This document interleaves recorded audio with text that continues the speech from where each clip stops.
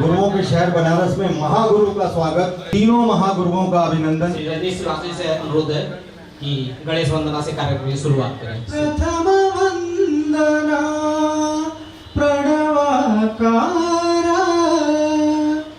विघ्नेश्वरा विनायका। तो राजेश जी का फोटोग्राफी का जो अनुभव है 35 साल पुराना अनुभव है। ये न्यूज करंट अफेयर्स से जुड़े हुए हैं, न्यूज चैनल NHK जापान से जुड़े हुए हैं, अमेरिका के PBS चैनल में अपनी सेवाएं दे चुके हैं, स्टिल और खास तौर से वीडियो का इनको बहुत गहरा नॉलेज है। श्री विशाल जी, हमारे यहाँ एक बैनर लगा हुआ है गिरीश मिस्त्री शारी एकेडमी।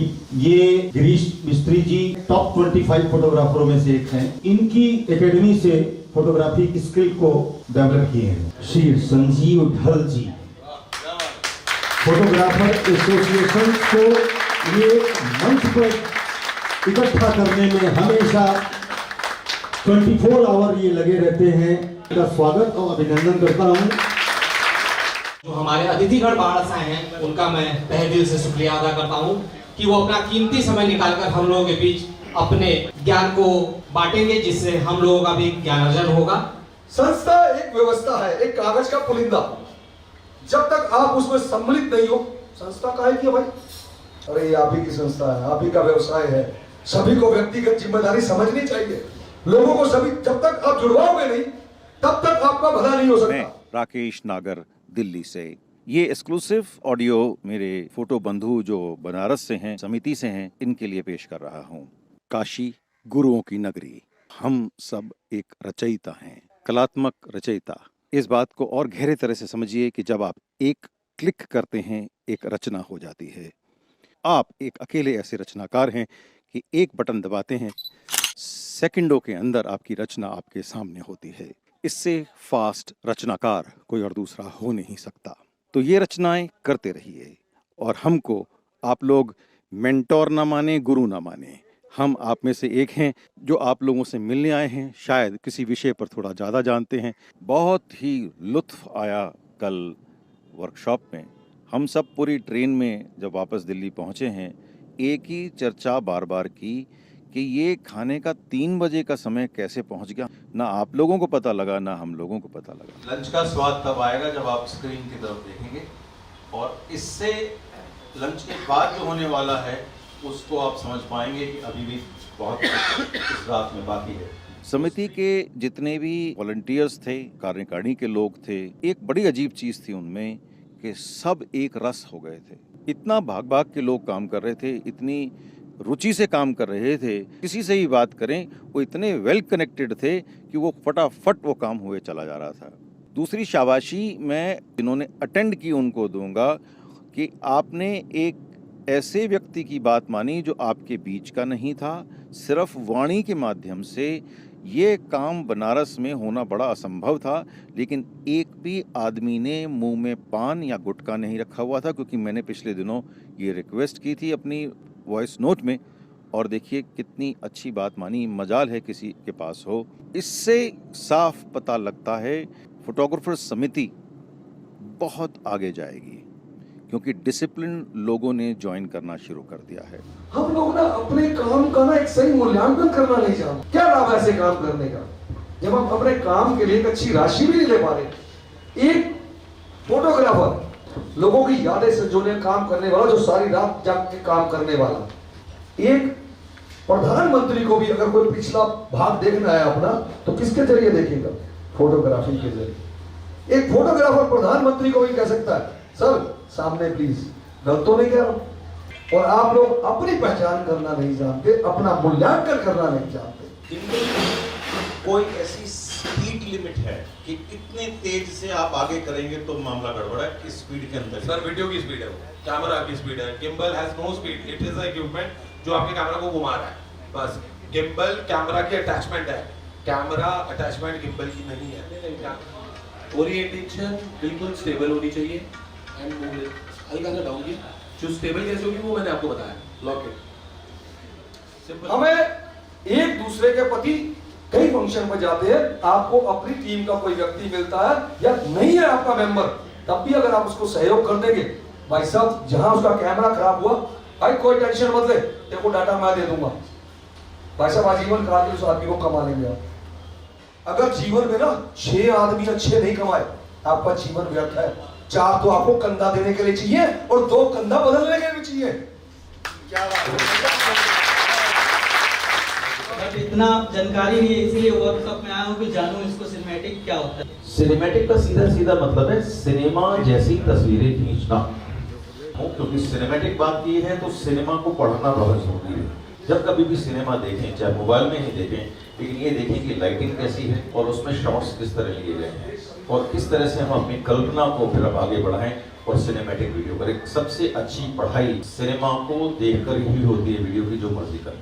पीकिंग, ये सेटिंग आपने ऑन करके रखनी है वीडियो कैमरे में परमानेंट। पीकिंग क्या करता है, जो आपका मेन फोकस है ना, ये गाल है या आंख है या बाल है, इसके किनारे एक और लाइन खड़ी कर देता है जो आर्टिफिशियल लाइन होती है, ये फोकस की लाइन होती है। अगर ये चमकेगी नहीं तो आपका फोकस वहां पर नहीं है, आप हिलाइएगा वो लाइन चली जाएगी। आप चाह रहे हैं कि सामने कोई फूल रखा है वो फोकस में हो और बैकग्राउंड में जो मेरा सब्जेक्ट है वो फोकस में हो, तो फूल पे शिफ्ट कर दीजिए, 1 सेकंड पता लग जाएगा। ऑटो के लिए भी है मैनुअल, वो स्क्वायर तो बता ही रहा है आपके चेहरे के बीच में बन रहा है कि इस पे फोकस है, लेकिन उस पे भी कहाँ फोकस है ये आपको पीकिंग बताएगी और एक ऐसा कॉन्फिडेंस देगी आपको कि आपको पता है कि शॉट आपका फोकस में है।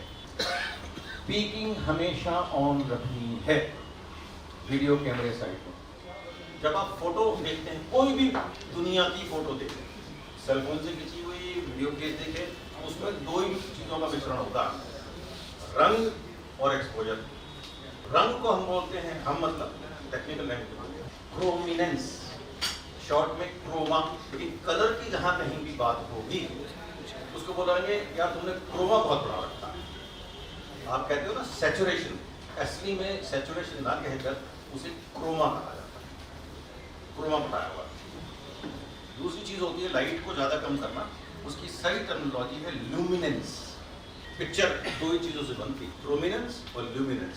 हिस्टोग्राम सिर्फ ल्यूमिनेंस को दिखाता है, प्रोमिनेंस को नहीं दिखाता। एलईडी लाइट के अंदर एक चीज हमें देखनी होती है, फोटो के लिए ठीक है कि नहीं, colour rendering index. CRI colour की प्योरिटी है, एलईडी जिस तरह से बनाए जाते हैं उस तरह से उनमें कलर की प्योरिटी नहीं आती। तो सीआरआई कितना होना चाहिए फोटो की लाइट का?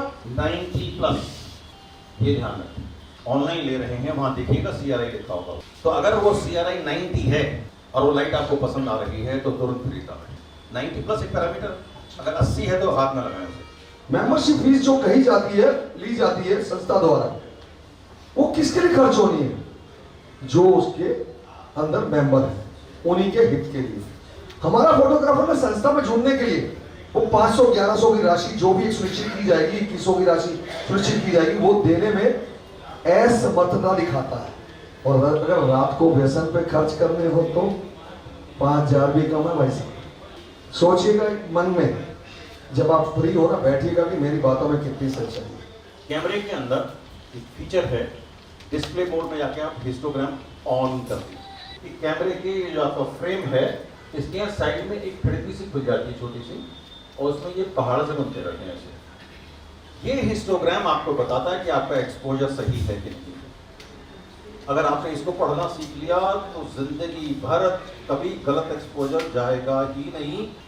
ये यदि सेंटर में बन रही है तो आपका एक्सपोजर करेक्ट है, यदि ये पीछे जा रही है तो अंडर है, आगे जा रही है तो ओवर है। एक डिजाइनर, एक एडिटर, ये लोग चाहे तो किसी भी संस्था का ना, और जो हमारे एक्सपोजर और स्टूडियो वाले सभी वैसे अपने अपनी जगह स्थान रखते हैं, सभी चाहे तो किसी भी संस्था को चंद दिनों के अंदर यूं कर सकते हैं। कैसे?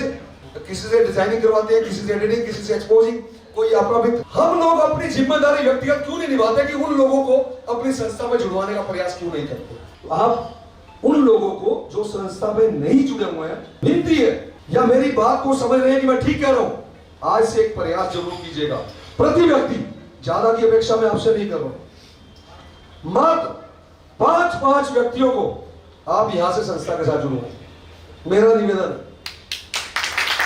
और इसका ये भी उत्तर दूंगा, कोई आदमी कहता हो कि ये संस्था काम नहीं कर रही या कोई काम नहीं खुद उसी नहीं कर रही, मेरे को इतने बीच में नहीं जाना। जिसको लगता है ना काम नहीं कर रहे हैं, संस्था के बीच में आओ, साथ ज्वाइन करो टीम को, और फिर देखो कितना समय आप देते हो और संस्था कितना समय दे रही है।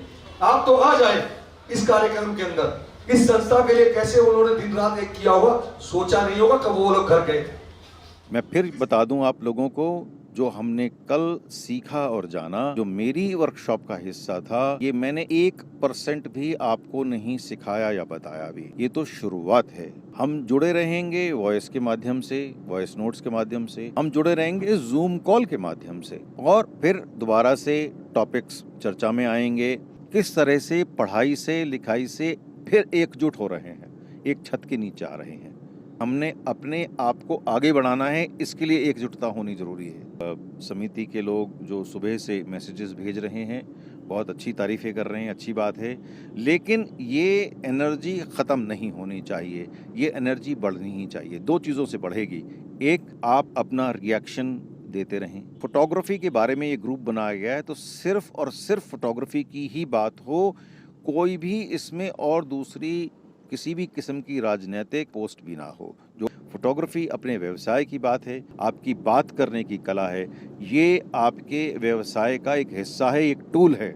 ये भी मान लीजिए कि ये कला आप लोगों ने सीखनी है, तो आप कहीं ज़्यादा बेहतर काम करो। गौर से देखिए, गौर से। हेलो हेलो तू क्लोज में रखकर आई, येलो येलो बड़ी सॉलिड मस्ती चाहिए। हेलो हेलो तू मुझे घूम लगाई, येलो येलो कंट्रोल में आई।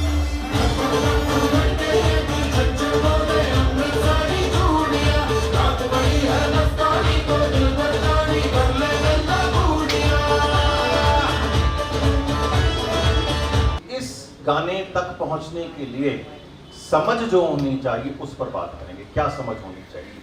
कैमरे का संपूर्ण ज्ञान, कैमरे की सेटिंग्स हैं हमारी इतनी एक्यूरेट और इतनी बढ़िया होनी चाहिए कि हमें वो यहाँ तक ले आएँ, और ईज ऑफ फिल्मिंग, आसानी से फिल्मिंग करने की हमारी क्षमता बढ़नी चाहिए। ये बड़ा बढ़िया रहा। इससे मेरा हो गया कि लोग कितना सुन रहे हैं हमारे सेशन को।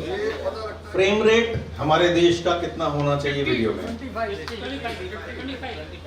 कितने इक्विपमेंट पेयर अप किए थे मैंने हर पिक्चर में जो डिस्प्ले की? 3।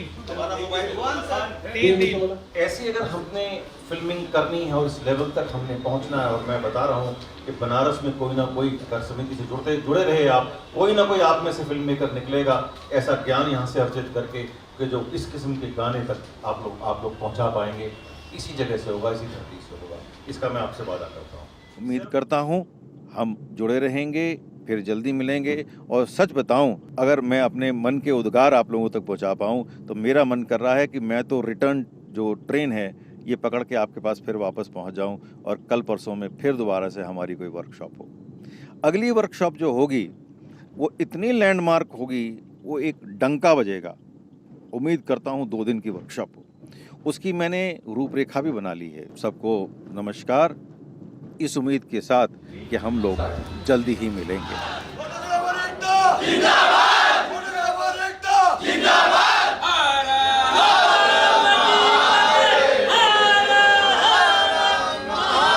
उम्मीद करता हूँ आपको वीडियो और पसंद आया तो सिर्फ एक काम कीजिए, थम्स अप भेजिए, क्योंकि अपडेट्स में आपको बताता रहूंगा। Thank you very much.